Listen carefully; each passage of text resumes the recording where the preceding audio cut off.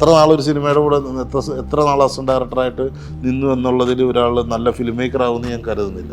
അയാൾക്ക് ആ ടെക്നോളജി ആയിട്ട് അല്ലെങ്കിൽ ആ സംവിധാനങ്ങളും അതിൻ്റെ സിനിമയുടെ അങ്ങനത്തെ കാര്യങ്ങളെ പഠിക്കാൻ പറ്റുള്ളൂ. അതിൻ്റെ ഒരു എസ്തെറ്റിക്സോ ആ വിഷനോ അയാൾക്ക് വേറെ തരത്തിലുണ്ടാവേണ്ടത് കൂടെയാണ്. കരിയറിന് ഈ ഒരു 19 വർഷം ആ ഒരു ജേണി എങ്ങനെയാണ് കാണുന്നത്? പുണ്യാളിന് മുമ്പൊക്കെ നമ്മൾ ഓരോരുത്തർ അവസരം ചോദിച്ചു ചെല്ലുമ്പോൾ നമ്മളത്തെ സ്ത്രീത്തിന് പറ്റിയ വേഷമില്ല എന്ന്, അതായത് ഗുണ്ടാവേഷമില്ല എന്നാണ് പറയുന്നതിൻ്റെ അർത്ഥം. പ്രത്യേകിച്ച് ഒരു മാസ് സിനിമയൊക്കെ ചെയ്യണം എന്നുള്ള ആഗ്രഹമൊക്കെ മുമ്പ് പറഞ്ഞിരുന്നു. അപ്പോൾ ആ എക്സ്പെക്ടേഷൻ മീറ്റ് ചെയ്യണം എന്നുള്ള റെസ്പോൺസിബിലിറ്റി ഈ വൈകിക്കുന്നുണ്ട് ഒരു സംവിധാനം എന്നുള്ളതിന്. ഒരു ആവറേജ് സിനിമ ചെയ്തു കഴിഞ്ഞാൽ ആൾക്കാർ മോശമാണെന്നേ പറയത്തുള്ളൂ. അപ്പം ആവറേജ് സിനിമ പോലും ചെയ്താൽ താഴ്ത്തോട്ടെ മാർക്ക് വരും. 3ലും ഫഹദാണ് ലീഡിൽ വന്നിട്ടുള്ളത്. നിങ്ങൾ രണ്ടുപേരുടെ ഇടയിൽ തന്നെ എപ്പോഴെങ്കിലും ഒരു ടോക്ക് വന്നിരുന്നു, നമ്മൾ തന്നെ റിപ്പീറ്റ് വന്നുകൊണ്ടിരിക്കുന്നു, ഇനിയൊരു സിനിമ ചെയ്യുമ്പോഴത്തേക്കും ബോധപൂർവം ഇയാളെ ഇനി അഭിനയിപ്പിക്കില്ല, അല്ലെങ്കിൽ ഒരു ആക്ടർ ബോധപൂർവ്വം ഞാൻ 2 സിനിമ പുള്ളിയുടെ കൂടി ചെയ്തുകൊണ്ട് ഇനി ചെയ്യേണ്ട എന്ന് തീരുമാനിക്കേണ്ട കാര്യമില്ലെന്നാണ് എനിക്ക് തോന്നുന്നത്. അപ്പോൾ അത് ഓരോ ആക്ടേഴ്സിനെ നമ്മൾ മനസ്സിലാക്കിയിട്ടുള്ള അനുസരിച്ച് ഒരു സംവിധായകൻ്റെ ട്രൈയിങ് ആണ്. അപ്പോൾ ഇയാൾക്ക് ഈ ഇൻഫർമേഷൻ കൊടുക്കും, ചിലപ്പോൾ റോങ് ഇൻഫർമേഷൻ കൊടുക്കുന്നതിൽ തെറ്റില്ലെന്നാണ് എൻ്റെ അഭിപ്രായം ഒരു ഡയറക്ടർ എന്ന നിലയിൽ. ഹായ്, നമ്മളോടൊപ്പം ഉള്ളത് ദിലീഷ് പോത്തൻ, ശ്രീജിത്ത് രവി, കിരൺ കുമാർ. വെൽക്കം. ദിലീഷ് ഏട്ടൻ തന്നെ തുടങ്ങാം. സംവിധാനം ചെയ്ത പടങ്ങളുടെ എണ്ണത്തിനേക്കാൾ ഒരു 20 ഇരട്ടിയായിരിക്കും ചിലപ്പോൾ അഭിനയിച്ച സിനിമകളുടെ, അല്ലേ? ഒരു 60ന്റെ മുകളിലൊക്കെ വന്നിട്ടുണ്ട്. ഈ അഭിനയിക്കുന്ന സമയത്ത് ഇപ്പോൾ അടുത്ത കുറച്ച് വർഷങ്ങൾ നോക്കിക്കഴിഞ്ഞാൽ ഭീഷ്മയിലെ ജെയിംസിനെ ആണെങ്കിലും പടയിലെ നാരായണൻകുട്ടി, മാലിക്കിലെ വേഷം, ഒരുപാട് ഡിഫൈൻഡ് ആയിട്ടുള്ള കുറേ ക്യാരക്ടേഴ്സ് കഴിഞ്ഞ കുറേ വർഷങ്ങളിൽ മുമ്പത്തെ വെച്ച് വരുന്നുണ്ട്. അപ്പോൾ തുടക്കത്തിൽ ആ സോൾട്ട് ആൻഡ് പെപ്പറിലെ ആ സംവിധായകനിലെ അത് ചെയ്ത ഒരു ആക്ടർ ദിലീഷ് പോത്തൻ എന്ന് ഇപ്പോഴത്തെ ഒരു ആക്ടർ ദിലീഷ് പോത്തനിലേക്ക് എങ്ങനെയാണ് മാറ്റങ്ങൾ തെരഞ്ഞെടുപ്പിലും? 2 കാര്യങ്ങളുള്ള ഒന്നാമത്തെ കാര്യം എന്ന് പറഞ്ഞാൽ ഒരു ആക്ടർ എന്ന നിലയിൽ നമുക്ക് വരുന്ന കഥാപാത്രങ്ങളെ നമുക്ക് ചെയ്യാൻ പറ്റുള്ളൂ എന്നുള്ളതാണ്. അപ്പം നമുക്ക് അവസരങ്ങൾ കിട്ടുക, കൃത്യമായിട്ടുള്ള സിനിമകളിലെ കൃത്യമായ കഥാപാത്രങ്ങൾ നമുക്ക് ചേരുന്ന നമ്മളിലേക്ക് എത്തുക എന്നുള്ളത് ഭയങ്കര ഇമ്പോർട്ടൻ്റ് ആണ്. അത് നമ്മൾ ഏത് കാലഘട്ടങ്ങളിൽ നമ്മളിലേക്ക് എത്തി എന്നുള്ളത് ആ റിസൾട്ടിനെ സ്വാധീനിക്കുന്നു എന്നാണ് എനിക്ക് തോന്നുന്നത്. രണ്ടാമത്തെ കാര്യം, ഒരു ആക്ടർ എന്ന നിലയിൽ തുടക്ക സമയത്ത് ഞാൻ അത്ര സീരിയസ് ആയിട്ടായിരുന്നില്ല ആക്ടിങ്ങിനെ കണ്ടിരുന്നത്. ഞാനത് കുറച്ച് ലാഘവത്തോടു കുറച്ച് ഇപ്പം അസിസ്റ്റന്റ് ഡയറക്ടറായിട്ടോ ഡയറക്ടറൊക്കെ ചെയ്യുമ്പോൾ കിട്ടുന്നതിനേക്കാളും കുറച്ചും കൂടെ പൈസ കിട്ടുന്ന ഒരു മാർഗം എന്ന നിലയിലൊക്കെയാണ് ഞാൻ ആക്ടിങ്ങിനെ ആദ്യഘട്ടത്തിൽ കണ്ടിരുന്നത്. എന്നാൽ നമ്മളൊരു 2018-19 ശേഷം നമ്മൾ ഒരു ചില ക്യാരക്ടേഴ്സ്, ഭയങ്കര നല്ല ഡയറക്ടേഴ്സിൻ്റെ ചില വർക്കുകൾ നമ്മൾ ചെല്ലുമ്പോൾ ഒരു ക്യാരക്ടർ ചെയ്യുമ്പോൾ നമുക്ക് കിട്ടുന്ന ചില സംതൃപ്തി, നമുക്ക് ഒരു ഫിലിം മേക്കറെ പോലെ ഒരു സിനിമയുടെ ഭാഗമാകാൻ പറ്റുന്നത്, അങ്ങനെയുള്ള ചില അനുഭവങ്ങളൊക്കെ ഉണ്ടായപ്പോൾ, ചില കഥാപാത്രങ്ങൾ കിട്ടിയപ്പോൾ ഒക്കെ തന്നെയാണ് എനിക്ക് കുറച്ചും കൂടെ സീരിയസ് ആയിട്ട് കാണേണ്ട പ്രൊഫഷനാണ് ഇതെന്നും അതിലെ സാധ്യതകളെ കുറച്ചും കൂടെ എഫോർട്ട് എടുക്കണം എന്നൊക്കെ എനിക്ക് തോന്നുന്നു. അതിന് ശേഷമാണ് 2018 ശേഷമാണ് ഞാൻ കാര്യമായിട്ട് ഒരു ക്യാരക്ടർ ചെയ്യുന്നത്. പിന്നെ നമ്മളൊരു സിനിമ സെലക്ട് ചെയ്യുന്നതിന് പല ഘടകങ്ങളുണ്ടാവും. നമ്മുടെ അവൈലബിലിറ്റി ഒരു ഘടകമായിരിക്കും, ആൾക്കാരുമൊക്കെ ആയിട്ടുള്ള റിലേഷൻ ഘടകമായിരിക്കും. ചിലപ്പോൾ ആ സിനിമയിലെ ക്യാരക്ടറായിരിക്കും നമ്മൾ അട്രാക്ട് ചെയ്യുന്നത്. ചിലപ്പം ക്യാരക്ടർ ഭയങ്കര മോശമോ ചെറുതോ ഒക്കെ ആയിരിക്കും, പക്ഷെ നല്ല സിനിമയാണെന്നുള്ളൊരു തോന്നലായിരിക്കും നമ്മൾ അട്രാക്ട് ചെയ്യുന്നത്. ചിലപ്പോൾ സിനിമ നമുക്ക് അത്ര വർക്കായിരിക്കില്ല, പക്ഷെ നല്ല ക്യാരക്ടർ, ഇങ്ങനെയുള്ള പല സാഹചര്യങ്ങൾ കൊണ്ട് നമ്മളൊരു സിനിമ സെലക്ട് ചെയ്യുന്നതാണ് എനിക്ക് തോന്നുന്നത്. കൃത്യൊരു ഫിലോസഫി ഒന്നുമില്ല, പക്ഷെ എന്നാലും നമുക്ക് ചെയ്യാൻ പറ്റുന്നതാണോ എന്ന് ആലോചിക്കുക. എന്തെങ്കിലും സാധ്യമായിട്ടുള്ള സിനിമയുടെ ഭാഗമാകാനാണ് എപ്പോഴും ശ്രമിക്കുന്നത്. നല്ല ക്യാരക്ടേഴ്സ് വരാൻ വെയിറ്റ് ചെയ്തിരിക്കും, നല്ലത് വന്നാൽ നമ്മൾ ചെയ്യും സമയമൊക്കെ അനുസരിച്ച്. ചേട്ടന് മയൂഖം 2005 അത് കഴിഞ്ഞ 19ാമത്തെ വർഷമാണ് ശരിക്കും. ഇത്രയും വർഷത്തെ കരിയറിൽ ഒരുപാട് വേഷങ്ങൾ, ഇപ്പോൾ അടൂർ സാറിൻ്റെ പടത്തിൽ അഭിനയിക്കുമ്പോൾ തന്നെ ഒരു കംപ്ലീറ്റ് എൻ്റർടൈനറിൽ വരും. ചിലപ്പോൾ ശ്രദ്ധിക്കപ്പെടാതെ പോയ സിനിമകൾ, അല്ലേ? അങ്ങനത്തെ പടങ്ങളിലൊക്കെ ഭാഗമായിട്ടുണ്ട്. കരിയറിന് ഈ ഒരു 19 വർഷം ആ ഒരു ജേണി എങ്ങനെയാണ് കാണുന്നത്? അങ്ങനെ കൃത്യമായിട്ട് നമുക്ക് ഡിവൈഡ് ചെയ്തെടുക്കാനൊന്നും പറ്റില്ല. എനിക്ക് ദിലീഷേട്ടൻ പറഞ്ഞ പോലെ തന്നെ നമ്മൾ വരുന്ന സിനിമകൾ, നമ്മൾ ഈ ബെഗേഴ്സ് കാൻ ബി ചൂസേഴ്സ് എന്ന് പറഞ്ഞ പോലെ നമുക്ക് വരുന്ന സിനിമകൾ നമ്മൾ ഏറ്റവും ഭംഗിയായിട്ട്, ആ ക്യാരക്ടർ ഏറ്റവും ഭംഗിയായിട്ട് അതിൻ്റെ സംവിധായകൻ പറഞ്ഞു തരുന്ന പോലെയോ നമ്മൾ കൺസീവ് ചെയ്തുകൊണ്ട് ചേർത്തുകൊണ്ട് നമ്മളത് ചെയ്യാമെന്ന് തന്നെയാണ് നമ്മൾ ആലോചിക്കാറുള്ളൂ. മയൂഖം നമുക്കങ്ങനെ ഒരു ടേണിംഗ് പോയിന്റുകൾ പറയുകയാണെങ്കിൽ ഞാൻ എപ്പോഴും ഐഡൻറ്റിഫൈ ചെയ്യുന്ന എനിക്ക് തോന്നുന്നു 2-3 ടേണിംഗ് പോയിന്റുകൾ എന്ന് പറഞ്ഞു കഴിഞ്ഞാൽ, ഒന്ന് സത്യേട്ടൻ്റെ, അടൂർ സാറിൻ്റെ പടം തീർച്ചയായിട്ടും അതൊരു 4 പെണ്ണുങ്ങളുടെ തീർച്ചയായിട്ടും ഒരു ഇമ്പോർട്ടൻറ്റ് പോയിൻ്റാണ്. പിന്നെ സത്യനന്ദിക്കാട് സാറിൻ്റെ കഥ തുടരുന്നു എന്ന് പറഞ്ഞ സിനിമയാണ് എനിക്ക് തോന്നുന്നത് ഞാൻ സ്ഥിരമായിട്ടൊരു ഭയങ്കര നെഗറ്റീവ് ഷെയ്ഡ് ഗുണ്ടാവേഷങ്ങൾ ചെയ്യുന്ന ഒരു, കാരണം നമ്മൾ ചെല്ലുമ്പോഴൊക്കെ ആദ്യം തന്നെ നമുക്കൊരു വടിവാൾ എടുത്ത് തരികയും ആർത്തുനിന്നൊരു വടിവാളും മേക്കപ്പിൽ നിന്ന് ഈ മാർക്കൊന്നും കൂടി ഉറപ്പിക്കുകയും കോസ്റ്റ്യൂമിൽ നിന്ന് ഒരു ലുങ്കിയും ഒരു ചെയിനൊക്കെ തരുന്നൊരു അവസ്ഥയിൽ നിന്ന് ചെറിയ മാറ്റത്തിലേക്ക് വന്നത് സത്യേട്ടൻ്റെ പടം ചെയ്തപ്പോഴാണ്. അത് കഴിഞ്ഞ് പിന്നെ എനിക്ക് തോന്നുന്നു കിളിബോയി എന്നുള്ള സിനിമയിൽ വളരെ ചെറുതാണെങ്കിലും എനിക്ക് ഭയങ്കര ഹ്യൂമർ നമുക്ക് വഴങ്ങുമെന്ന് പുറത്തുള്ളവർക്കും എനിക്കും ഒരു ബോധ്യം വന്ന ഒരു ക്യാരക്ടറായിരുന്നു കിളിബോയിൽ. വളരെ ചെറുതാണെങ്കിലും നല്ല ഇൻട്രസ്റ്റിംഗ് ആയിട്ടുള്ള വേഷമായിരുന്നു. പിന്നെ അത് കഴിഞ്ഞ് പുണ്യാള നഗർപത്തീസ് എന്നുള്ള സിനിമ. അപ്പോൾ അഭയകുമാർ. അപ്പോൾ ഇത്രയും കാര്യങ്ങൾ എനിക്ക് തോന്നുന്നു ഇത് ഇത്രയും എത്തിയപ്പോഴാണ് നമുക്ക് പല സ്ഥലത്തും നമ്മൾ ഈ പ്രത്യേകിച്ച് പുണ്യാളിന് മുമ്പൊക്കെ നമ്മൾ ഓരോരുത്തർ അവസരം ചോദിച്ചു ചെല്ലുമ്പോൾ നമ്മളടുത്ത് സ്ത്രീത്തിന് പറ്റിയ വേഷമില്ല എന്ന്, അതായത് ഗുണ്ടാവേഷമില്ല എന്നാണ് പറയുന്നതിൻ്റെ അർത്ഥം. അപ്പോൾ അതൊന്നും മാറിക്കിട്ടി. അപ്പോൾ കുറച്ചൊക്കെ നമ്മുടെ മറ്റുള്ള വേഷങ്ങളിലേക്ക് കൺസിഡർ ചെയ്യാം. ഇപ്പോഴും പ്രിഡോമിനൻ്റ്ലി നമ്മൾ കുറച്ച് നെഗറ്റീവ് റഫ് ഷെയ്ഡ് ക്യാരക്ടേഴ്സ് തന്നെയാണ് കൂടുതലും ചെയ്യുന്നത്. പക്ഷേ നമുക്ക് താല്പര്യം എല്ലാം ചെയ്തു പോകണം തന്നെയാണ്. പിന്നെ നമുക്ക് ഡിസിഷൻ എന്ന് പറയുന്നത് നേരത്തെ പറഞ്ഞ പോലെ ഞാനിപ്പോഴും ഒരു 3 ഡിവിഷനാണ്. ഒന്ന് അതിൻ്റെ ക്യാരക്ടർ, പിന്നെ 2 എന്ന് പറയുന്നത് ഈ ബാനർ, പ്രൊഡക്ഷൻ ഹൗസ്, സംവിധായകൻ, അതിലെ ഹീറോ. അപ്പോൾ അതിനൊരു വിസിബിലിറ്റി എന്നൊരു കാര്യമുണ്ടല്ലോ. അപ്പോൾ അതാണ് അതിൻ്റെ ഒരു സെക്കൻഡ് ഫാക്ടർ എന്ന് പറയുന്നത്. പിന്നെ 3 എന്ന് പറയുന്നത് അതിൻ്റെ സാമ്പത്തികമാണ്. അപ്പോൾ ഈ 3 ഘടകങ്ങളും ചേർന്ന് ഒരു ഡിസിഷനാണ് നമ്മൾ എടുക്കുക. ചിലപ്പോൾ ഒന്ന് ഉയർന്നു നിൽക്കും, ചിലപ്പോൾ ഒന്ന് വളരെ താഴെയായിരിക്കും. പക്ഷെ മൊത്തം കൂട്ടി വരുമ്പോൾ നമുക്കൊരു പാസ് മാർക്ക് ഉണ്ടെങ്കിൽ നമ്മൾ ആ പടം ചെയ്യുന്നു എന്നുള്ളതാണ്. അപ്പോൾ എന്നെ സംബന്ധിച്ചോളം അങ്ങനെ ഒരു നേരത്തെ പറഞ്ഞൊരു ഇങ്ങനത്തെ ഒരു 2-3 ഡിവിഷൻസ് എന്തായാലും നമ്മൾ 19 വർഷം കഴിഞ്ഞ് ഇവിടെ ഉണ്ട് എന്ന് തന്നെ എനിക്ക് ഏറ്റവും വലിയ സന്തോഷമുള്ള കാര്യമാണ്. തീർച്ചയായിട്ടും. കിരണിന്റെ രണ്ടാമത്തെ സിനിമയാണ്. സാന്താക്രൂസ് ആയിരുന്നു ആദ്യത്തെ. ബേസിക്കലി ഒരു ഡാൻസറാണ്, അബ്രോഡ് സെറ്റിൽഡ് ആയിട്ടുള്ള ആളാണ്. അപ്പോൾ ഈ സിനിമ മനസാവാചിയിലേക്ക് എത്തുന്നത് എങ്ങനെയാണ്? ഇതിപ്പോൾ നമ്മുടെ ഒരു കൂട്ടായ്മയാണ്. ശ്രീകുമാർ എന്നുള്ള നമ്മുടെ ഡയറക്ടർ, നമ്മുടെ ഫ്രണ്ടാണ്. പ്രൊഡക്ഷൻ ഹൗസ് നമ്മുടെ സ്വന്തം ഫ്രണ്ട്സിൻ്റെ ഒരു ഗ്രൂപ്പ് തന്നെയാണ്. പിന്നെ ഇതിൽ അഭിനയിച്ചിരിക്കുന്നവർ മിക്കവരും ഈ പറഞ്ഞ പോലെ ദിലീഷ് ചേട്ടനും ശ്രീത് ഭായി ആണെങ്കിൽ നമുക്ക് നേരത്തെ ശ്രീകുമാരൊക്കെ ആയിട്ട് അറിയുന്നൊരു ബന്ധമാണ്. ദിലീഷ് ചേട്ടനാണ് വരെ നമ്മുടെ ഒരു എക്സൈറ്റിംഗ് ഫാക്ടർ എന്നുള്ള സംഭവത്തിൽ വന്നത്. അങ്ങനെ ഇതിലൊരു കൂട്ടായ്മയുടെ സംഭവമാണ് ഇതെല്ലാം. അപ്പോൾ അത് അങ്ങനെയാണ് ശ്രീകുമാർ നമ്മളെ വിളിച്ചതും ഇതിലേക്ക് വന്നതും എത്തിപ്പെടാനുള്ള സാഹചര്യങ്ങളൊക്കെ അതാണ്. പിന്നെ അഭിനയം എന്നുള്ള ആഗ്രഹം ഒരുപാടുണ്ട്. അപ്പോൾ ഞാൻ എല്ലാവരോടും ചാൻസ് വയ്ക്കുന്ന കൂട്ടത്തിൽ തന്നെ ശ്രീകുമാരോട് ചോദിച്ചു അടുത്ത പടം ചെയ്യുമ്പോൾ വിളിക്കുന്നത്. അപ്പോൾ അങ്ങനെ വന്നതാണ്.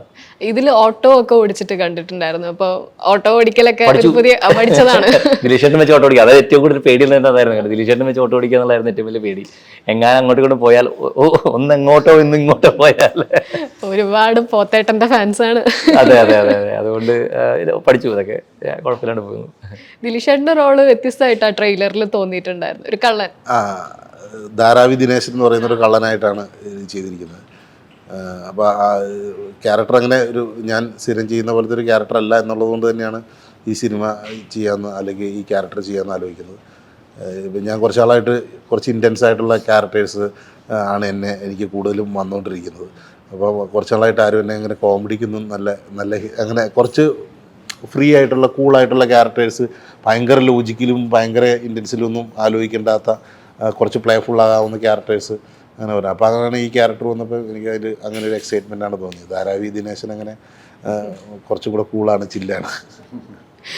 ശ്രീധരൻ പോലീസായിട്ട് ഒരുപാട് വേഷങ്ങൾ നമ്മളല്ലേ ഒരുപാട് കണ്ടിട്ടുണ്ട്. പക്ഷേ ഈ പോലീസ് എങ്ങനെയുള്ളതാണ് ഇതിലേക്ക് അട്രാക്ട് ചെയ്തത്? എന്തായിരിക്കും എനിക്ക് പ്രധാനമായിട്ട് അട്രാക്ട് ചെയ്തത് ശ്രീകുമാർ വിളിച്ചു എന്നുള്ളത് തന്നെയാണ്. കാരണം ശ്രീകുമാറിന് എനിക്ക് വളരെ പണ്ടേ തൃശ്ശൂർ നമ്മുടെ ബാലഭവൻ അങ്ങനെയൊക്കെ ആയിട്ടുള്ള ഞങ്ങളുടെ അടുപ്പങ്ങളിൽ പെട്ട ഒരാളാണ് ശ്രീകുമാർ. അപ്പോൾ ശ്രീകുമാറും ഇതിനൊക്കെ നമുക്ക് നേരത്തെ പരിചയമുള്ള ആൾക്കാരാണ്. കിരണിനെയാണ് ഞാൻ റീസെൻ്റായിട്ട് ഈ സിനിമയായിട്ട് ബന്ധപ്പെട്ട് പരിചയപ്പെടുന്നത്. ഇവരൊക്കെ ഒരു സംഘം തന്നെയാണ്, പക്ഷേ ഞാൻ കിരണായിട്ട് ഇപ്പോഴേ പരിചയപ്പെടുന്നത് മാത്രം. പക്ഷേ അതാണ് പ്രധാനപ്പെട്ട ഘടകം. പിന്നെ നേരത്തെ പറഞ്ഞ പോലെ പോലീസ്, എന്നെ പോലീസ് എന്ന് വിളിക്കുമ്പോൾ തന്നെ ഞാൻ ചോദിച്ചാൽ നീയും കൂടി എന്നെ പോലീസ് വിളിച്ചു. കാരണം എല്ലാവരും പോലീസായിട്ട് വിളിക്കുന്നു. പിന്നെ എനിക്ക് തോന്നുന്നു നമ്മുടെ എല്ലാ ക്യാരക്ടർ ആക്ടേഴ്സിൻ്റെയും സാഹചര്യം അങ്ങനെ നമ്മൾ, കാരണം ഏത് സിനിമ എടുത്താലും അതിനകത്ത് 2-3 പോലീസ് ക്യാരക്ടേഴ്സ് ഉണ്ടാവും എന്നുള്ള മൊത്തം ഈ വർഷത്തെ മലയാള സിനിമകൾ മൊത്തം എടുത്തു കഴിഞ്ഞാൽ എത്രമാത്രം പോലീസ് ക്യാരക്ടേഴ്സ് ഈ പടത്തിലുണ്ടാകും. അപ്പം തീർച്ചയായിട്ടും ഇൻഡസ്ട്രിയിൽ ആക്റ്റീവായിട്ട് നിൽക്കുന്ന ഒരു ക്യാരക്ടർ ആക്ടറിന് ഇതിങ്ങനെ റിപ്പീറ്റ് ചെയ്ത് വന്നുകൊണ്ടിരിക്കും. നമ്മളിങ്ങനെ ചെയ്യാണ്ടിരിക്കാൻ ശ്രമിക്കുക.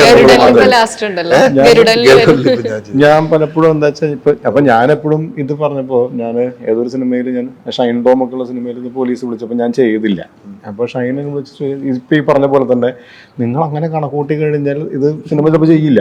അപ്പോൾ സിനിമ ചെയ്തുകൊണ്ടിരിക്കുക, ചിലപ്പോൾ ആ പോലീസ് ക്യാരക്ടേഴ്സിന് തന്നെ വളരെ ഡിഫറൻസ് നമുക്ക് കണ്ടെത്താൻ സാധിക്കും. ഇപ്പോൾ ഒരേ പാറ്റേൺ ഒന്നും ആയിരിക്കില്ലല്ലോ, ഓരോ പോലീസുകാർക്കും ഓരോ സ്വഭാവമാണല്ലോ. അപ്പോൾ നമുക്ക് അത് അതിലേക്ക് ഇൻകോർപ്പറേറ്റ് ചെയ്യാൻ സംവിധായകൻ്റെയും കൂടി ഹെൽപ്പോടുകൂടി ചെയ്യാൻ പറ്റുകയാണെങ്കിൽ അത് ചെയ്യുക എന്ന് നമ്മൾ വിചാരിക്കുന്നു. അപ്പോൾ ഞാൻ തമിഴ്നാട്ടിലൊക്കെ പോയി ഇപ്പോൾ ചെയ്തുകൊണ്ടിരിക്കുന്ന സിനിമയും ഒരു പോലീസ് ക്യാരക്ടറാണ്. അപ്പോൾ അവിടെ ചെല്ലുമ്പോൾ തന്നെ നമ്മളെ കണ്ടാൽ തന്നെ ആൾക്കാർ ഇൻട്രൊഡ്യൂസ്, നമുക്ക് അധികം സിനിമ ഒന്നും ചെയ്തിട്ടില്ല, അപ്പോൾ ആൾക്കാർ പരിചയപ്പെടുന്ന തന്നെ തെരിയില്ല ഇവർ പോലീസാണ് വരും അല്ലേ, അങ്ങനെയാണ്. അപ്പോൾ നമുക്കൊരു ആസ് ആൻ ആക്ടർ നമ്മുടെ ഏറ്റവും നെഗറ്റീവായിട്ട് നമുക്ക് തോന്നുന്ന ഒരു കാര്യമാണ് ഇവർ ഇൻട്രൊഡക്ഷൻ ആയിട്ട് പറയുന്നത്. അപ്പോൾ പക്ഷേ നമുക്കത് സ്റ്റെപ്പിംഗ് സ്റ്റോൺ ആണ്. നമുക്കൊരു പുതിയ ഇൻഡസ്ട്രിയിലോ അല്ലെങ്കിൽ നമുക്ക് എക്സിസ്റ്റ് ചെയ്യാനോ ഒക്കെ നമുക്ക് ഭയങ്കര ഇമ്പോർട്ടൻ്റ് ആണ് നമ്മൾ പോലീസ് ക്യാരക്ടേഴ്സിൽ. അതിൽ ഇപ്പോൾ ഞാൻ പറയും, അപ്പോൾ അങ്ങനെയാണെങ്കിൽ പോലീസ് വന്നോളൂ. പക്ഷെ ഞാനിപ്പോൾ ഈ അടുത്ത് വദന്തി എന്ന് പറഞ്ഞ സിനിമ ഒരു സീരീസ്, അപ്പോൾ അതിൻ്റെ അകത്തൊരു കോൺസ്റ്റബിൾ ഉണ്ട്, എസ് സൂര്യയുടെ കൂടെ നിൽക്കുന്ന ഒരു പോലീസുകാരുണ്ട്. അപ്പോൾ ഈ പോലീസുകാരൻ ഞാൻ ഇതുവരെ ചെയ്യാത്തൊരു പോലീസുകാരനാണ്. ഞാൻ അങ്ങനത്തെ ഒരു ക്യാരക്ടർ ഇതുവരെ ചെയ്തിട്ടില്ല. അപ്പോൾ നമുക്ക് ഇതിൻ്റെ അകത്ത് തന്നെ കുറേ വെറൈറ്റീസ് ചെയ്യാനുള്ള സാധ്യത നിൽക്കുന്നുണ്ട്, അതിനുള്ള ഒരു അനുവാദവും സന്ദർഭവും കിട്ടിയാൽ. അപ്പോൾ ഇപ്പോൾ ഇതിൽ വന്നപ്പോൾ എനിക്ക് തോന്നുന്നത്, എന്നെ പോലീസുകാരെന്ന് പറഞ്ഞപ്പോൾ തന്നെ എൻ്റെ അടുത്ത് പറഞ്ഞു, ഞാനത് പറഞ്ഞപ്പോൾ എൻ്റെ അടുത്ത് പറഞ്ഞു ഇയാളുടെ പേര് ആദ്യം കേൾക്കുമെന്ന് പറഞ്ഞിട്ടാണ്. എന്താണ് പേര്? ദിവ്യാംഗതൻ. അപ്പോൾ ഈ CI ദിവ്യാംഗതൻ എന്ന് പറഞ്ഞപ്പോൾ എനിക്ക് തോന്നിയൊരു രസമുണ്ട്. ഇപ്പോൾ ഇതിനു മുമ്പ് തൃശ്ശൂർ പേരൂർ ക്ലിപ്തം എന്നുള്ള സിനിമയിൽ SI ചെള്ളാപ്പു എന്നുള്ള ക്യാരക്ടർ ചെയ്തപ്പോഴും ഈ പേര് കേൾക്കുമ്പോൾ നമുക്ക് അതിനോടൊരു കൗതുകം തോന്നും. പിന്നെയാണ് കഥയും ഡീറ്റെയിലും ഒക്കെ പറയുന്നത്. അപ്പോൾ എനിക്ക് തോന്നിയത് എനിക്ക് നല്ല രസമായിട്ട് നമുക്ക് എനിക്ക് തോന്നുന്നു പുണ്യാളന് ശേഷം നമ്മൾ ഒരുപാട് ഹ്യൂമറൊന്നും ചെയ്തിട്ടില്ല. അപ്പോൾ വളരെ ഹ്യൂമറസ് ആയിട്ടുള്ള ബാക്ക് ഡ്രോപ്പാണ്. പിന്നെ കൂടെയുള്ള ടീം എന്ന് പറയുന്നത് ദിലീഷ് ചേട്ടനടക്കം ഒരു ഗുഡ് ടീമുണ്ട്, സായി ചേട്ടനുണ്ട്, അപ്പോൾ പ്രശാന്തുണ്ട്. അപ്പോൾ വളരെ സ്ട്രോങ് ആയിട്ടുള്ളൊരു ആക്ടർ ടീമുണ്ട് ഇതിൻ്റെ അകത്ത്. അപ്പോൾ അവരുടെ കൂടെ നമ്മൾ വർക്ക് ചെയ്യുമ്പോൾ എന്തായാലും നമുക്കൊരു ഇമ്പ്രൂവ്മെൻറ്റ് എന്തായാലും നമുക്കൊരു ലേണിംഗ് തന്നെയാണ്. ഓരോ ഏത് സിനിമയും നമുക്കൊരു ലേണിംഗ് തന്നെയാണ്. അപ്പോൾ ഇങ്ങനത്തെ ഒരു ടീമിൻ്റെ കൂടെ നോക്കുമ്പോൾ തീർച്ചയായും നമ്മൾ ബെറ്റർമെൻ്റ് ആയിരിക്കും. അപ്പോൾ അതിൻ്റെ പ്രോസസ്സിൻ്റെ ഭാഗമായിട്ട് ഡിഫറെൻ്റ് ആയിട്ടുള്ളൊരു ക്യാരക്ടറാണ്. അത് ഒരു അധികം കുറേ നാളായിട്ട് ചെയ്യാത്ത, ചേട്ടൻ പറഞ്ഞ പോലെ നമ്മളും കുറേ നാളായിട്ട് ഈ റഫ് ആൻഡ് ടഫ് എന്നുള്ള പരിപാടിയിൽ നിൽക്കുന്ന കാരണം പെട്ടെന്ന് കുറച്ച് നമുക്ക് ഹ്യൂമറസ് ആയിട്ടുള്ള ചില സാധനങ്ങൾ ചെയ്യാനുള്ള സാധ്യതയൊക്കെ കണ്ടപ്പോൾ 2-3 സീക്വൻസുകളൊക്കെ പറഞ്ഞ് എനിക്ക് ഭയങ്കര ഇൻട്രസ്റ്റിംഗ് ആയി തോന്നി. അത് നല്ല രസമുള്ള സാധനങ്ങളാണ്. കുറച്ച് ഓവർ ബോർഡായിട്ട് ചെയ്താലും രസകരമാവും എന്ന് നേരത്തെ പറഞ്ഞ മുഴുവനായിട്ട് ലോജിക്ക് ഇങ്ങനെ ഒരാളുണ്ടാവുമോ എന്നൊന്നും ആലോചിക്കാതെ തന്നെ നമുക്ക് അങ്ങനെ ഒന്ന് കൈവിട്ട കളി കളിക്കാവുന്ന ഒരു സ്പേസ് കണ്ടപ്പോൾ അത് ചെയ്തു എന്ന് മാത്രം. ദിലീഷേട്ടൻ 3 എണ്ണം സംവിധാനം ചെയ്തപ്പോഴും അതിൻ്റെ ഉള്ളിൽ തന്നെ ഈ പൊത്തേട്ടൻ ബ്രില്യൻസ് എന്നുള്ളൊരു വിളിയും കാര്യങ്ങളും ഒക്കെ വന്നു. 3 സിനിമകളും ഒന്ന് OTT ആണെങ്കിൽ കൂടി സക്സസ് ആവുക, ഇപ്പോഴും ചർച്ച ചെയ്തുകൊണ്ടിരിക്കുക എന്നൊക്കെ പറയുന്നത് എല്ലാ സംവിധായകർക്കും സംഭവിക്കുന്ന ഒന്നല്ല. അപ്പോൾ ഇത്രയും പ്രേക്ഷകരുടെ ഒരു എക്സ്പെക്ടേഷൻ ആണോ അടുത്തൊരു സിനിമയിലേക്ക്, പ്രത്യേകിച്ച് ഒരു മാസ് സിനിമയൊക്കെ ചെയ്യണം എന്നുള്ള ആഗ്രഹമൊക്കെ മുമ്പ് പറഞ്ഞിരുന്നു. അപ്പോൾ ആ എക്സ്പെക്ടേഷൻ മീറ്റ് ചെയ്യണം എന്നുള്ള റെസ്പോൺസിബിലിറ്റി ഈ വൈകിക്കുന്നുണ്ട് ഒരു സംവിധാനം എന്നുള്ളതിനെ? ചെറുതായിട്ട് ഉണ്ടാവും, എന്നാൽ കാര്യമായിട്ടൊന്നും ഇല്ല എന്നാണ് ഞാൻ വിശ്വസിക്കുന്നത്. എന്തായാലും നമുക്ക് ഒരു നമ്മളെക്കുറിച്ച് ഇത് എക്സ്പെക്റ്റേഷൻ എന്ന് പറഞ്ഞാൽ മറ്റുള്ളവർ നമ്മളെക്കുറിച്ച് കാണുന്നതല്ല, നമുക്ക് നമ്മളോട് തന്നെ നമ്മളൊരു ഇങ്ങനത്തെ അടുത്തൊരു സിനിമയും 3 സിനിമയും എന്നെ ത്രില്ലടിപ്പിക്കുന്ന എന്താണ് എന്നുള്ളത് കണ്ടെത്താനുള്ള താമസമാണ് പ്രധാനമായിട്ടെന്ന് എനിക്ക് തോന്നുന്നത്. പിന്നെ കഴിഞ്ഞ സിനിമകളുടെ വിജയം തീർച്ചയായിട്ടും നമുക്കൊരു ചെറിയ പ്രഷർ തരും. അടുത്ത സിനിമയും നല്ലതാക്കണം, അല്ലെങ്കിൽ അത് ഇപ്പോൾ ഒരു ആവറേജ് സിനിമ ചെയ്തു കഴിഞ്ഞാൽ ആൾക്കാർ മോശമാണെന്നേ പറയത്തുള്ളൂ. അപ്പം ആവറേജ് സിനിമ പോലും ചെയ്താൽ താഴ്ത്തോട്ടേ മാർക്ക് വരത്തുള്ളൂ. അപ്പോൾ നല്ലൊരു സിനിമയ്ക്ക് വേണ്ടിയിട്ടുള്ള ആ പ്രഷർ ഉറപ്പായിട്ടും ഉണ്ടാവുമായിരിക്കും. പക്ഷെ എന്നാലും അതിനേക്കാൾ ഉപരി നമ്മളെ എക്സൈറ്റ് ചെയ്യിപ്പിക്കുന്ന ഒരു പ്ലോട്ട് പോയിന്റിലേക്ക് ഒരു സിനിമയിലേക്ക് എത്തിപ്പെടാനുള്ള താമസം ആണ് എടുക്കുന്നതെന്നാണ് എനിക്ക് തോന്നുന്നത്. ഭയങ്കര തിരക്ക് പിടിക്കാറില്ല. കാരണം ഞാൻ 2021 ജോജി ചെയ്യുന്നത്. ഒരു വർഷം എടുക്കും നമ്മൾ അതിൽ നിന്ന് പുറത്ത് വന്ന അടുത്തൊരു സാധനം എടുത്ത്. ഞാനങ്ങനെ കുറച്ച് സമയം എടുക്കാറുണ്ട്. ബേസിക്കലി എനിക്ക് ഒരുപാട് സിനിമകൾ ചെയ്യണമെന്നൊന്നുമില്ല, ഇൻട്രസ്റ്റിംഗ് ആയിട്ടുള്ള കുറച്ച് സിനിമകൾ ആണ് ആഗ്രഹം. ഈ പറഞ്ഞ പോലെ തന്നെ 3-ലും ഫഹദാണ് ലീഡിൽ വന്നിട്ടുള്ളത്. സൗബിനെ തൊണ്ടി മുതൽ ആലോചിച്ചിട്ടുണ്ടെന്ന് കേട്ടിട്ടുണ്ട്. ജോജി പെട്ടെന്ന് സംഭവിച്ചതാണ്. പക്ഷെ നിങ്ങൾ രണ്ടുപേരുടെ ഇടയിൽ തന്നെ എപ്പോഴെങ്കിലും ഒരു ടോക്ക് വന്നിരുന്നു, നമ്മൾ തന്നെ റിപ്പീറ്റ് വന്നുകൊണ്ടിരിക്കുന്നു, അതിലെന്തെങ്കിലും ചേഞ്ച് വേണോ? അതിന് റിപ്പീറ്റ് വന്നെന്ന് വെച്ചിട്ട് വലിയ കുഴപ്പമൊന്നുമില്ല എന്നാണ് ഞാനിപ്പോൾ, അതൊരു സ്വാഭാവികമായ കാര്യമായതുകൊണ്ടും. ആദ്യത്തെ 2 പടങ്ങളും യാദൃശ്ചികമായി സംഭവിച്ചതാണ്. 3ാമത്തെ സിനിമ നമ്മളങ്ങനെ പ്ലാൻ ചെയ്ത് തന്നെയാണ് ജോജി ഫഹദിനെ വെച്ച് ചെയ്യാൻ തന്നെയുള്ളൊരു ആലോചന എന്നാണ് എടുത്തിട്ടുള്ളത്. ഇനിയൊരു സിനിമ ചെയ്യുമ്പോഴത്തേക്കും ബോധപൂർവം ഇയാളെ ഇനി അഭിനയിപ്പിക്കില്ല, അല്ലെങ്കിൽ ഒരു ആക്ടർ ബോധപൂർവം ഞാൻ 2 സിനിമ പുള്ളിയുടെ കൂടി ചെയ്തുകൊണ്ട് ഇനി ചെയ്യേണ്ട എന്ന് തീരുമാനിക്കേണ്ട കാര്യമില്ലെന്നാണ് എനിക്ക് തോന്നുന്നത്. 2-3 ഒന്നുമല്ല, എത്രയോ സിനിമകൾ ചെയ്യാൻ. ഇപ്പം അങ്ങനത്തെ ചിലപ്പോൾ നമുക്ക് അത് ഒരു കുഴപ്പമാണെന്ന് എനിക്ക് തോന്നുന്നില്ല. ഇപ്പം ചിലപ്പോൾ അടുത്ത സിനിമയിലും അതുണ്ടാവാം, ഇല്ലാതിരിക്കാം. ഒന്നും ഒരു അത് മുമ്പ് ചെയ്തത് കൊണ്ടൊരു പ്രശ്നമാണെന്ന് തോന്നുന്നില്ല. പിന്നെ ഉറപ്പായിട്ടും നമുക്ക് എല്ലാ ആക്ടേഴ്സിനെയും ട്രൈ ചെയ്യണം എന്നുള്ള ആഗ്രഹം ഉണ്ടാവും ഫിലിം മേക്കർ എന്ന നിലയിൽ. അപ്പോൾ എനിക്കെന്നാൽ ഇൻഡസ്ട്രിയിൽ ഒരുപാട് ആക്ടേഴ്സ് ഉണ്ട്, അവരുടെയൊക്കെ കൂടെ വർക്ക് ചെയ്യണം, അവരെയൊക്കെ ഒന്ന് ക്യാരക്ടേഴ്സ് അവരെ കൊണ്ടൊക്കെ ചെയ്യിപ്പിക്കണം. പ്രൂവ്ഡ് ആയിട്ടുള്ള ആക്ടേഴ്സിനെ കൊണ്ട് നമുക്ക് എപ്പോഴും ആഗ്രഹം ഉണ്ടാവില്ല. അതിനുള്ള ശ്രമം എന്തായാലും എക്സ്ട്രാ ഉണ്ടാവും. ഫഹദ് തന്നെ പറഞ്ഞിട്ടുണ്ട്, തൊണ്ടി മുതലിന്റെ സമയത്ത് ആ മാല പൊട്ടിക്കുന്നതൊക്കെ ദിലീഷ് പറയുന്നത് കേൾക്കാൻ ഭയങ്കര രസമായിരുന്നു. ഒരു മ്യൂസിക് ഒക്കെ വെച്ചിട്ടാണ് പുള്ളി പറയുക എന്നുള്ളത്. ആ സീനിന്റെ മേക്കിംഗ് എങ്ങനെയായിരുന്നു? കറക്റ്റ് നെയിൽ കട്ടറൊക്കെ വെച്ച് പൊട്ടിക്കുന്നതൊക്കെ വളരെ ക്ലിയർ ആയിട്ട് കാണിച്ചിരുന്നു. നമുക്കൊരു പ്ലാൻ ഉണ്ടായിരുന്നു. അത് വളരെ ഡീറ്റെയിൽ ആയിട്ട് അയാളുടെ സൂക്ഷ്മതയും സ്കില്ലും ഒക്കെ ആ സീനിൽ പ്രൂവ് ചെയ്യണമെന്നുണ്ടായിരുന്നു. അപ്പോൾ അതിനുള്ള ഷോട്ടുകളൊക്കെയാണ് പ്ലാൻ ചെയ്തത്. അത് ഞാൻ ഈ പറഞ്ഞ പോലെ ഞാനൊരു മൂഡിന് ആ സ്വാതന്ത്ര്യമുള്ളതൊക്കെ ചെറിയ മ്യൂസിക് ഒക്കെ ഇട്ടിട്ട് ആ സീനൊക്കെ എക്സ്പ്ലെയിൻ ചെയ്തിട്ടുണ്ടാവും. അയാളെ മോഷ്ടിക്കുന്നത് കാണിക്കുന്ന ഒരേ ഒരു സീൻ അതെ, അതും വളരെ കൃത്യമായിട്ട് കാണിക്കുന്നുണ്ട്. എനിക്കതിങ്ങനെ പറ്റിക്കണം എന്ന് നമുക്കില്ലായിരുന്നു. അപ്പം അദ്ദേഹം വായിലോട്ട് ഇടുന്നത് അല്ലെങ്കിൽ അത് എവിടെ അങ്ങനെ ക്ലിയർ അല്ലാതെ ഇത് കാണിച്ചിട്ട് ഇത് ചെയ്തോ ഇല്ല അങ്ങനെയൊന്നുമില്ല. നമ്മളും കണ്ടതാണ്, പ്രേക്ഷകനും കണ്ടതാണ്. അതിനകത്ത് ദൃക്സാക്ഷിയാണ് പ്രേക്ഷകനും ആ മാല അയാൾ മോഷ്ടിക്കുന്നതിന്. എന്നിട്ട് പോലും നമ്മൾ അയാളെ ചില സമയത്ത് വിശ്വസിച്ച് പോകുന്നു എന്നുള്ള അങ്ങനത്തെ ഫിലോസഫി അത് തന്നെയാണ്. അങ്ങനത്തെ സാധനങ്ങളാണ്. ആ കുട്ടിയുടെ മുന്നിൽ എത്തുമ്പോൾ വിശപ്പ് ഈ പ്രായത്തിൽ നല്ല വിശപ്പാവും സാറേ എന്ന് പറയുന്നതിൽ അയാളുടെ കഥ പറഞ്ഞു കഴിഞ്ഞു അല്ലേ? ശരിക്കും അയാളുടെ ഒരു ഹിസ്റ്ററി പറയേണ്ട ആ ഒരൊറ്റ ലൈനിൽ എന്ന് തന്നെ തീരുമാനിച്ചിരുന്നതാണ്. നമ്മൾ ആലോചിച്ചിരുന്നു പല ഘട്ടത്തിലും ഇയാളുടെ ചെറിയ എന്തെങ്കിലും ഗ്ലിംസ്. ഇപ്പം റൈറ്ററിന് അല്ലെങ്കിൽ സജീവിനോ ശ്യാമിനോ എനിക്കുമൊക്കെ ഒരു ക്ലാരിറ്റി ഉണ്ടായിരുന്നു. ഇയാൾ എവിടെ നിന്ന് വന്നിട്ടുണ്ട്, എവിടെ നിന്നാണ്, അതിനെക്കുറിച്ചൊക്കെ വ്യക്തമായ ധാരണകളുണ്ടെങ്കിലും അല്ലെങ്കിൽ അങ്ങനെ നമ്മളൊരു ആലോചനകളിൽ വന്നിട്ടുണ്ടെങ്കിലും അത് ഫീഡ് ചെയ്യപ്പെടണോ വേണ്ടയോ എന്നുള്ളത് നമ്മൾ ഇപ്പം ചെറിയ ഗ്ലിംസുകളൊക്കെ നമ്മളിങ്ങനെ ആലോചിച്ചിരുന്നു അതിൻ്റെ ഒരു ആലോചനാ ഘട്ടത്തിൽ എന്ന് മാത്രമേ ഉള്ളൂ. പക്ഷെ അതിനൊന്നും ആവശ്യമില്ല എന്ന് തോന്നി. ഈ ക്യാരക്ടർ ഈ കഥ പറയാൻ അത് അത്രയും ആ അവ്യക്തതയാണ് ആ ക്യാരക്ടറിൻ്റെ ഭംഗി എന്നാണ് കരുതുന്നത്. ഉറുമ്പുകൾ ഉറങ്ങാറില്ല ഒരു ഇൻട്രസ്റ്റിംഗ് പടമായിരുന്നു, എനിക്കൊക്കെ ഇഷ്ടപ്പെട്ട ഒരു പടം. അതിലെ ചൂടൻ രാജപ്പൻ എന്നാണ് തോന്നുന്നത്. ആ റോള് വളരെ വ്യത്യസ്തം. എനിക്ക് തോന്നുന്നു അങ്ങനെ ഒരു റോള് ഒരുപാട് പേർക്ക് ഇപ്പൊ നമ്മൾ പറയുന്ന പോലെ ഒന്നും അല്ല അല്ലേ, അങ്ങനെ ഒരാളേ ഉള്ളൂ. കണ്ടിട്ടില്ല. അതെ, അങ്ങനെ ഒരാൾ തന്നെ ഉള്ളൂ. അത് ജിജുവിൻ്റെ ഒരു ഏറ്റവും എനിക്കിപ്പോൾ ജിജുവിൻ്റെ പടം ചെയ്യണം. ഞാൻ പുള്ളി ചെയ്തു, പ്രേമസൂത്രം ചെയ്തു, ഉറുമ്പുകൾ ഉറങ്ങാറില്ല ചെയ്തു. അപ്പോൾ ജിജു ചെയ്യുന്ന എല്ലാ പടങ്ങളിലും ഒരു പടത്തിന് ശേഷം അയാൾ എന്നെ കൺസിഡർ ചെയ്യുന്നുണ്ട്. അത് നമുക്ക് ഭയങ്കര ഒരു എന്താ പറയുക, ഒരു കോൺഫിഡൻസാണ്. ഒരേ സംവിധായകൻ തന്നെ നമ്മളെ തുടർന്ന് വിളിക്കുക എന്ന് പറയുന്നത് ഒരെണ്ണം മോശമായ അടുത്തേക്ക് വിളിക്കില്ലല്ലോ. അപ്പോൾ നമ്മളെ ആര് വിളിക്കുന്നത് നമുക്ക് സന്തോഷമുള്ള കാര്യമാണ്. പക്ഷേ നമ്മൾ റിപ്പീറ്റ് ചെയ്ത് വിളിക്കുമ്പോൾ, നേരത്തെ പറഞ്ഞ പോലെ ഒരേ ആക്ടറിനെ ഒരാൾ റിപ്പീറ്റ് ചെയ്ത് വിളിക്കുമ്പോൾ ആ ആക്ടറിൻ്റെ പോയിന്റ് ഓഫ് വ്യൂ അത് ഭയങ്കര കോൺഫിഡൻസാണ്. കാരണം ഇയാൾ എന്നെ ഇഷ്ടപ്പെട്ടാണല്ലോ വിളിക്കുന്നത്, വേറെ മാർക്കറ്റ് ഫോഴ്സസ് അല്ല.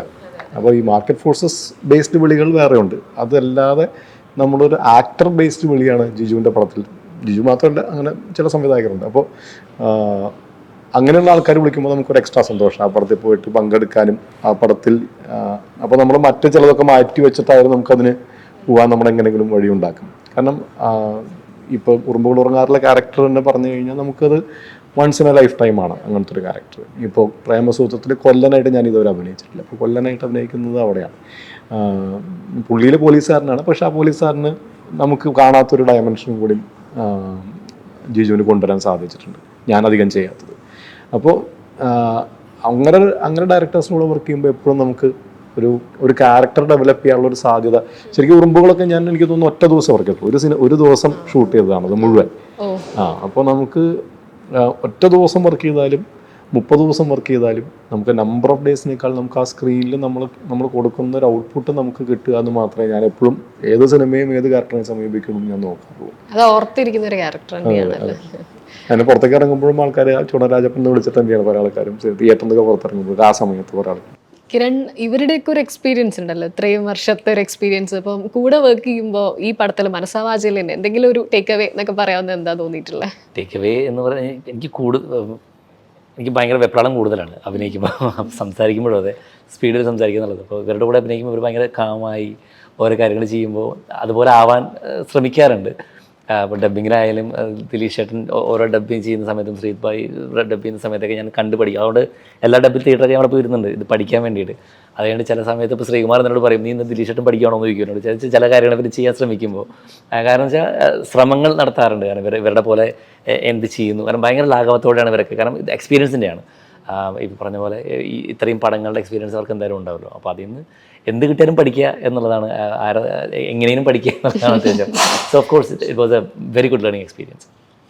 ഇപ്പൊ പറഞ്ഞ ഉറുമ്പുകളിലൊക്കെ ക്യാരക്ടർ പോലെ ക്യാരക്ടർ റോൾ ചെയ്യുന്നവരുടെ ചില ക്യാരക്ടേഴ്സ് നമ്മൾ ഓർമ്മിച്ച് വെക്കുമല്ലോ. ഇപ്പോൾ ദിലീഷ് ചേട്ടൻ്റെ 3 പടങ്ങൾ നോക്കിക്കഴിഞ്ഞാലും മഹേഷ് ഇപ്പോഴും പറയുമ്പോൾ നമുക്കിപ്പോൾ നായകൻ്റെ നായികയുടെ വില്ലൻ്റെ കഥ മാത്രമല്ല, നമുക്ക് ഇതിൻ്റെ ഇടയിൽ കൂടെ ചാച്ചനെ ഓർമ്മ വരുന്നുണ്ട്, അലൻസിയറുടെ ക്യാരക്ടർ, കുമ്മട്ടിക്ക ജ്യൂസ് എന്നുള്ളത് നമ്മളാരും മറക്കില്ല, സൗബിന വരുന്നത്, ഇവൻ വിജിലേഷ് എന്താന്ന് ചോദിക്കുന്നത്, അല്ല അങ്ങനെ എല്ലാവരും നമുക്ക്, ജിംസിയുടെ അമ്മയെ, പിന്നീട് തൊണ്ടി മുതലായാലും ആ പോലീസുകാരും, ജോജിയിൽ വരുമ്പോൾ ഇവരുടെയൊക്കെ നമുക്ക് ഡയലോഗ് വരെയാണ് നമുക്ക് ബൈ ഹാർട്ടായി വരുന്നത്. അപ്പോൾ ഈ ഡീറ്റെയിലിംഗ് കൊടുക്കുക ക്യാരക്ടേഴ്സിന്, അല്ലെങ്കിൽ അവർ വെറുതെ വന്നു പോകുന്നതിലപ്പുറം അവരെ എല്ലാ കാലത്തും അവരുടെ കരിയറിൽ ഒരു മാർക്കായിട്ട് ആ ക്യാരക്ടർ നിൽക്കുക എന്നുള്ളത്, തുടക്കം മുതൽ ആ ഓരോ ക്യാരക്ടറിനെ അങ്ങനെ തന്നെയാണോ കൊണ്ടുവരാറ്, അതോ ആൾക്കാർ ഫിക്സ് ചെയ്തതിന് ശേഷം ഒരു ഇംപ്രവൈസേഷനിൽ വരുന്നുണ്ട്? എല്ലാം സംഭവിക്കാറുണ്ട്. അങ്ങനെ നമ്മളിപ്പം ആദ്യം ഒരു റൈറ്ററുമായിട്ട് ഡിസ്കസ് ചെയ്യുന്ന സമയത്ത് ഒരു നമ്മുടെ റിയൽ ലൈഫിലുള്ള ചില ആളുകളെയോ അല്ലെങ്കിൽ അങ്ങനെയുള്ള ചെറിയ റെഫറൻസുകൾ ഒക്കെ വെച്ചിട്ടായിരിക്കും നമ്മൾ ഒരു ക്യാരക്ടറിനെ മനസ്സിലിങ്ങനെ രൂപപ്പെടുത്തുന്നത്. അത് തന്നെ ഇങ്ങനെ ചിലപ്പം റൈറ്ററുടെ മനസ്സിൽ നിന്നും നമ്മുടെ ഡയറക്ടറുടെ മനസ്സിലൊക്കെ ആയിട്ട് ചെറിയ അന്തരങ്ങളൊക്കെ ഉണ്ടാവുമായിരിക്കും. അപ്പം അങ്ങനെ ഒരു കാസ്റ്റിങ്ങിലേക്ക് അത് എത്തിക്കഴിഞ്ഞ്, അപ്പോൾ അങ്ങനെയുള്ള ചർച്ചകൾക്കൊക്കെ ഒടുവിൽ ഇതൊരു കാസ്റ്റിങ്ങിലേക്ക് എത്തി, ഇത് ഇന്നയാളാണ് ചെയ്യാൻ പോകുന്നത്, അല്ലെങ്കിൽ ആരായാലും ഇന്നയാളാണ് ചെയ്യാൻ പോകുന്നത് എന്ന് തീരുമാനിച്ചതിന് ശേഷം ഒരു റൈറ്റിംഗ് പാർട്ട് എപ്പോഴും എൻ്റെ സിനിമയിലുണ്ട്.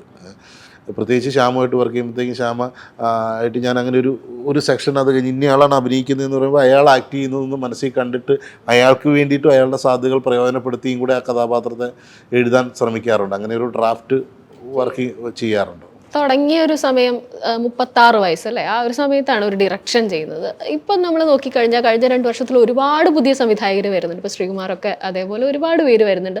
ചിലരുടെയൊക്കെ ഏജ് നോക്കി 25 അല്ലെങ്കിൽ 25 താഴെയുള്ള ഒരുപാട് പേര് വരുന്നുണ്ട്. ഈ ഏജ് ഇപ്പോൾ അഭിനയത്തിൻ്റെ കാര്യത്തിലായാലും ഡിറക്ഷൻ്റെ കാര്യത്തിലായാലും ഏജ് ഒരു ഫാക്ടറാണെന്ന് തോന്നിയിട്ടുണ്ടോ നമുക്ക് ഇവിടെ ഈ ഒരു ഇൻഡസ്ട്രിയിൽ? എന്താണ് ഫാക്ടർ? അങ്ങനെയൊന്നുമില്ല. ഇപ്പം എനിക്ക് അല്ലേ അങ്ങനെയുണ്ട്. പ്രകാശൻ പണ്ടത്തെ എൻ്റെ മോനെ അഭിനയിച്ചത് 6-ാം വയസ്സിലാണ്. ഏജ് അതിനകത്തൊരു ഫാക്ടർ അല്ല. പിന്നെ ഇപ്പം ആ ഏജിൽ നിന്നിട്ട് ഉള്ള ക്യാരക്ടേഴ്സ് പ്രത്യേകിച്ച് ചെയ്യുമ്പം, ഇപ്പം ഞാൻ പറയുന്ന ഇപ്പം ചില ആളുകളൊക്കെ ഇങ്ങനെ ഭയങ്കര ഏജ് ചേഞ്ചുകൾ ചെയ്യാറുണ്ട്. അതല്ലാണ്ട് നോർമൽ ഇപ്പം ആക്ടർ എന്ന നിലയിലായാലും ഡയറക്റ്റ് ചെയ്യാനാണെങ്കിലും ഒക്കെ ചെറിയ കുട്ടികളെ പിള്ളേരെ പെട്ടെന്ന്, കാരണം വെച്ചാൽ ടെക്നോളജിയൊക്കെ ആയിട്ടുള്ള അകലം കുറഞ്ഞത് കൊണ്ടാണോ? പണ്ട് നമ്മൾ ഒരു സിനിമയുടെ ടെക്നോളജി അല്ലെങ്കിൽ അതിൻ്റെ അങ്ങനത്തെ കാര്യങ്ങളൊക്കെ ഒന്ന് പഠിച്ചെടുക്കണമെങ്കിൽ സാധിച്ചെടുക്കണമെങ്കിൽ വർഷങ്ങളുടെ ഒരു എഫേർട്ട് ആവശ്യമുണ്ടായിരുന്നു. ഒരു പുതിയ തലമുറയിൽ എനിക്ക് തോന്നുന്നത് കുറച്ചും കൂടെ അത് റെഗുലർ ലൈഫിൻ്റെ ഭാഗമായിട്ടുണ്ട്. ഫോണായാലും ക്യാമറ ആയാലും അപ്പം നേരത്തെ പറഞ്ഞ ഈ പ്രകാശൻ പാട്ടിൽ എൻ്റെ മോനത് പെട്ടെന്ന് ഓക്കെ ആയത്. ഓക്കെ എന്ന് പറഞ്ഞു കഴിഞ്ഞാൽ അവന് കംഫർട്ടബിൾ ആയത് പ്രധാനമായിട്ടും നമ്മൾ വീട്ടിൽ നിന്ന് 2-3 ചെറിയ പരിപാടികളൊക്കെ ഷൂട്ട് ചെയ്ത് വന്നപ്പോൾ ക്യാമറ എങ്ങനെയാണെന്നും ഇത്ര ഇതാണ് ഒരു ധാരണ കിട്ടിയത്. ടെക്നിക്കലായിട്ടുള്ള ഒരു നോളജ് അച്ചീവ് ചെയ്യാൻ ഇപ്പം കുറച്ച് സമയം മതി. ബാക്കി വിഷനാണല്ലോ. അപ്പം ഇതിപ്പം എത്ര നാളൊരു സിനിമയുടെ കൂടെ എത്ര നാൾ അസിസ്റ്റന്റ് ഡയറക്ടറായിട്ട് നിന്നു എന്നുള്ളതിൽ ഒരാൾ നല്ല ഫിലിം മേക്കർ ആവുമെന്ന് ഞാൻ കരുതുന്നില്ല. അയാൾക്ക് ആ ടെക്നോളജി ആയിട്ട് അല്ലെങ്കിൽ ആ സംവിധാനങ്ങളും അതിൻ്റെ സിനിമയുടെ അങ്ങനത്തെ കാര്യങ്ങളെ പഠിക്കാൻ പറ്റുള്ളൂ. അതിൻ്റെ ഒരു എസ്തെറ്റിക്സോ ആ വിഷനോ അയാൾക്ക് വേറെ തരത്തിലുണ്ടാവേണ്ടത് കൂടെയാണ്. അസിസ്റ്റ് ചെയ്യാത്ത ഒരുപാട് പേര് തരുന്ന പോലെയുള്ളവർ ചെയ്യുന്നു. മികച്ച സിനിമകൾ ചെയ്തിട്ടുള്ള പുതിയ ആൾക്കാർ, അവരുടെ പിള്ളേരുടെ പുതിയ ഐഡിയകളൊക്കെ ചെറിയ സാധനങ്ങൾ കാണുമ്പോഴത്തേക്കും നമുക്ക് വേറെ പരിപാടി തന്നെയാണത്. ഇപ്പൊ ഇവിടെയാന്ന് പറഞ്ഞു, എങ്കിൽ കൂടി മലയാള സിനിമ വാച്ച് ചെയ്യുക, അവിടെ ഉണ്ടാവുന്ന മാറ്റങ്ങൾ കണ്ടറിയുക, അതൊക്കെ ഒരു ബുദ്ധിമുട്ടായിരുന്നു സ്റ്റാർട്ടിങ്. എല്ലാ ഇന്റർവ്യൂസും കാണും. ഓരോ സിനിമ ഇറങ്ങുമ്പോഴും അതിന്റെ ഇന്റർവ്യൂസും യൂട്യൂബ് ഇന്റർവ്യൂസും എല്ലാവരും കാണുക. അതിൽ നിന്നും അറിയാൻ പറ്റുമല്ലോ എന്തൊക്കെയാണ് വ്യത്യാസങ്ങൾ വരുന്നത്. പിന്നെ ഇവിടെ ഇപ്പോൾ വന്നതിന് ശേഷം വെള്ളി ശനി ഞായർ മൊത്തം സിനിമകൾ കാണുകയാണ്, നല്ലതും പൊട്ടും എല്ലാം കാണും. അപ്പോൾ ഇറങ്ങുന്ന എല്ലാ സിനിമകളും കാണുക, എന്നിട്ട് അതിൽ നിന്ന് മനസ്സിലാക്കുക എന്നുള്ള സംഭവത്തിൻ്റെ ഭാഗമാണ്. പിന്നെ സീരീസുകൾ കാണുക. അപ്പോൾ സിനിമയായിട്ട് എപ്പോഴും അടുത്ത് നിൽക്കുക എന്നുള്ള അവസ്ഥയിലാണ് നിൽക്കുന്നത്. നമ്മൾ നേരത്തെ പറഞ്ഞ അഭയകുമാർ തുത്തൂരു എന്ന് പറയുന്നത്, അതിൽ സ്വന്തം കോൺട്രിബ്യൂഷൻസ് ഉണ്ടോ? സത്യം പറഞ്ഞാൽ ഇല്ല, മുഴുവൻ രഞ്ജിത്തിൻ്റെ തന്നെയാണ്. കാരണം അത് രഞ്ജിത്ത് ആദ്യം പറയുമ്പോൾ തന്നെ ഈ പാട്ടടക്കം രഞ്ജിത്ത് പറഞ്ഞ തുത്തുരു തുമ്പി എന്ന് പറഞ്ഞാൽ, പിന്നെ നമ്മളവിടെ ഈ നേരത്തെ പറഞ്ഞ പോലെ ഒരു ആക്ടർ ഒരു സ്പേസിലേക്ക് വരുമ്പോൾ ആംബിയൻസിൽ വരുമ്പോൾ സ്വാഭാവികമായിട്ട് വരുന്ന ചില ഇംപ്രവൈസേഷൻസ് ഉണ്ട്. ചിലത് റിട്ടേൺ ആയിരിക്കാം, ചിലത് അവിടെ വെച്ച് തോന്നുന്നതായിരിക്കാം, ചിലപ്പോൾ ചിലത് നമ്മൾ രഞ്ജിത്തിനോട് ചോദിക്കും, ചിലത് അംഗീകരിക്കപ്പെടും, ചിലത് അംഗീകരിക്കപ്പെടില്ല. അപ്പോൾ അത് നമ്മുടെ ഒരു മനസ്സിലാക്കലാണല്ലോ. ആ മനസ്സിലാക്കലിൻ്റെ അകത്ത് നിന്ന് എന്തൊക്കെയാണ് ചെയ്യാൻ പറ്റുന്നത് വെച്ചാൽ നമ്മൾ ചെയ്യും. അതിൽ ചിലത് പാസ്സായി പോകും, ചിലത് വെട്ടുകളയും. കോൺട്രിബ്യൂഷൻ പലപ്പോഴും ഇങ്ങനത്തെ ഇതിലൊക്കെ ഉണ്ടാവും. ജയൻ ഒരുപാട് കോൺട്രിബ്യൂട്ട് ചെയ്യുന്നുണ്ട്. കാരണം എനിക്ക് തോന്നുന്നു ആ സിനിമയിൽ ഉണ്ടായിട്ടുള്ള 90% ചിരികളുടെയും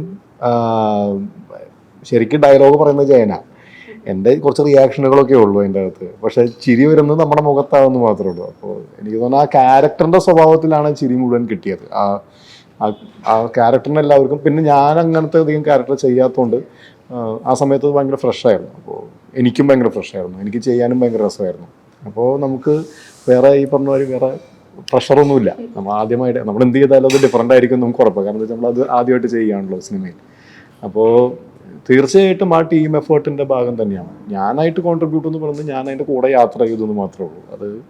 അത് എല്ലാ കാരണവും നമ്മൾ അതിൻ്റെ കൂടെ യാത്ര ചെയ്യുന്നുണ്ട്. അത് വർക്കായി.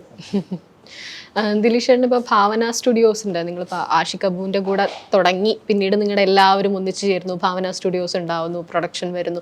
ഈ കൂട്ടുകെട്ടിൽ വർക്ക് ചെയ്യുന്ന ഇത്രയും കാലം ഈ കൂട്ടുകെട്ടിൽ ട്രാവൽ ചെയ്തത് ഈ കരിയറിൽ അതെങ്ങനെയാണ് റിഫ്ലക്റ്റ് ചെയ്യുന്നത് ശരിക്കും?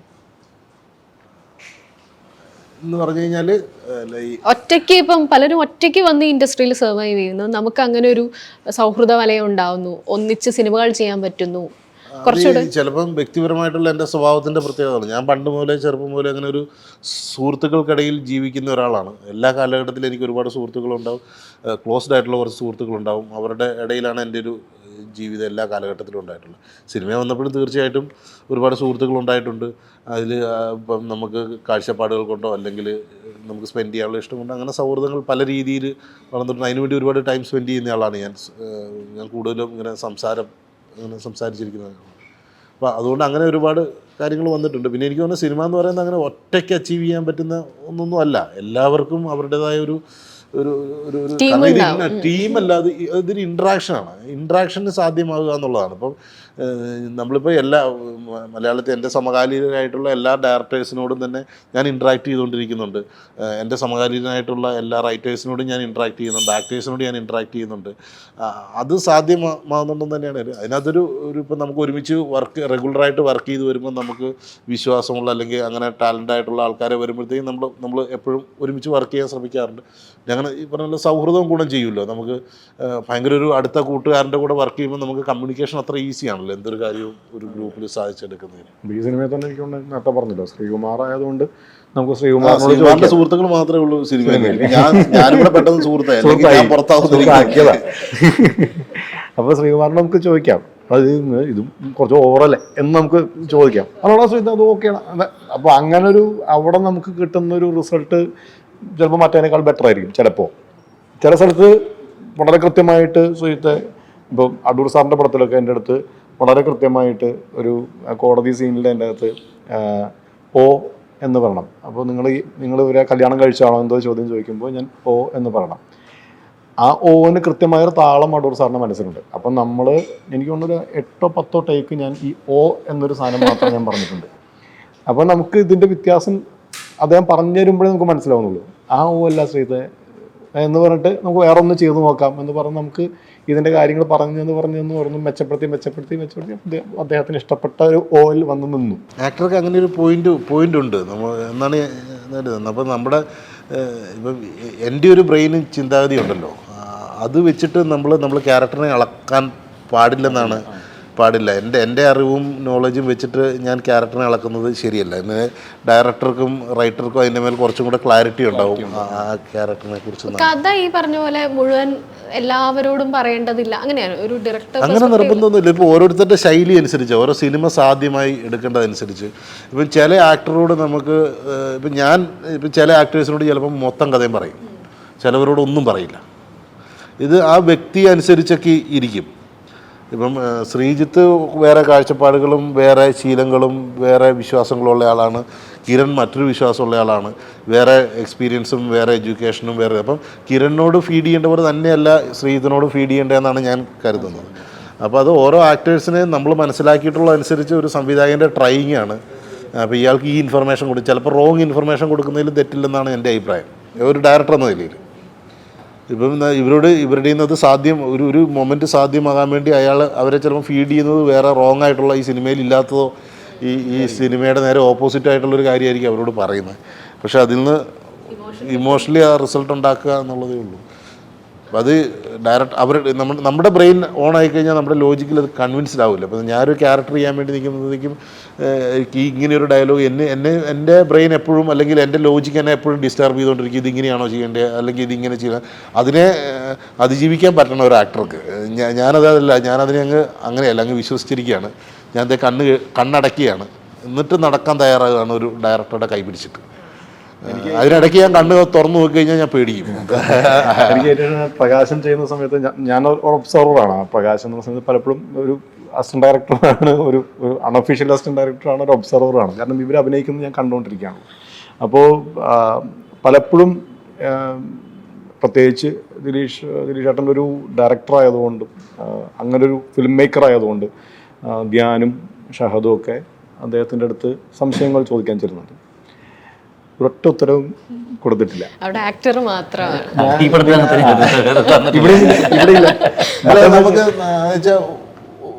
ഒരു കാര്യം ഇങ്ങനെ പോയിക്കൊണ്ടിരിക്കുകയാണ്, അതിനിടയ്ക്ക് വേറൊരാൾ വന്ന് ഇങ്ങനെ ഇടപെട്ട് കഴിഞ്ഞാൽ അതിൻ്റെ ഫ്ലോ ബ്രേക്ക് ആയി പോകും.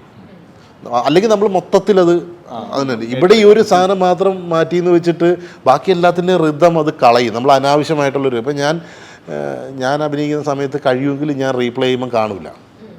ഞാൻ ഒരിക്കലും മോണിറ്ററിൻ്റെ പുറകെ പോയിട്ടത് കാണാൻ നിൽക്കില്ല. അത് കാണുമ്പോൾ എന്നിലെ സംവിധായകൻ അറിയാതെ ഉണരുമെന്ന് എനിക്ക് പേടിയാണ്. അല്ലെങ്കിൽ കാരണം അതിന് ഞാൻ ജഡ്ജ് ചെയ്യാൻ ശ്രമിക്കും. എൻ്റെ ആക്ടിങ്ങിനെ തന്നെ ഞാൻ ജഡ്ജ് ചെയ്യാൻ ശ്രമിക്കുകയും ഞാനത് കറക്റ്റല്ല, അല്ലെങ്കിൽ എനിക്ക് അവിടെ എല്ലാം ഒരു അഭിപ്രായം തോന്നും ഇതെൻ്റെ അടുത്ത ഷോട്ടിലെ പെർഫോമൻസിനെ ബാധിക്കുമെന്ന് എനിക്ക് പേടിയുള്ളൂ. ഞാനങ്ങനെ ഭയങ്കര ഇൻറ്റൻസിൽ കാണാറില്ല. നമുക്ക് എന്തെങ്കിലും മിസ്റ്റേക്ക് പറ്റിയോന്നൊക്കെ ചിലത് തോന്നി കഴിഞ്ഞാൽ അത് കൺഫേം ചെയ്യാൻ വേണ്ടി പോയി നോക്കിയാലായി. അല്ലെങ്കിൽ ഞാൻ ആ പെർഫോമൻസിനെ, ആ സീനിനെ ജഡ്ജ് ചെയ്യാറില്ല. സീൻ കഴിയുമ്പം, ആ സീൻ ടോട്ടലി കഴിയുമ്പോൾ, അല്ലെങ്കിൽ ഷോട്ട് കഴിയുമ്പം ഡയറക്ടറോട് ഞാൻ ചെയ്യും ഓക്കെ ആണോ അല്ലെങ്കിൽ ഓക്കെ അല്ലേ, അത് മാത്രമേ ഞാൻ കമ്മ്യൂണിക്കേറ്റ് ചെയ്യും. അല്ലെങ്കിൽ ഞാൻ പറയും എനിക്ക് ആ ഏരിയ ഇച്ചിരി ആശങ്കയുണ്ട്, നിങ്ങൾ ഓക്കെ ആണെങ്കിൽ ഓക്കെ ഞാൻ പറയാം, അതേ ഉള്ളൂ. അതന്നെ സത്യമാണ്. എല്ലാവിധ ആശംസകളും. Thank you so much.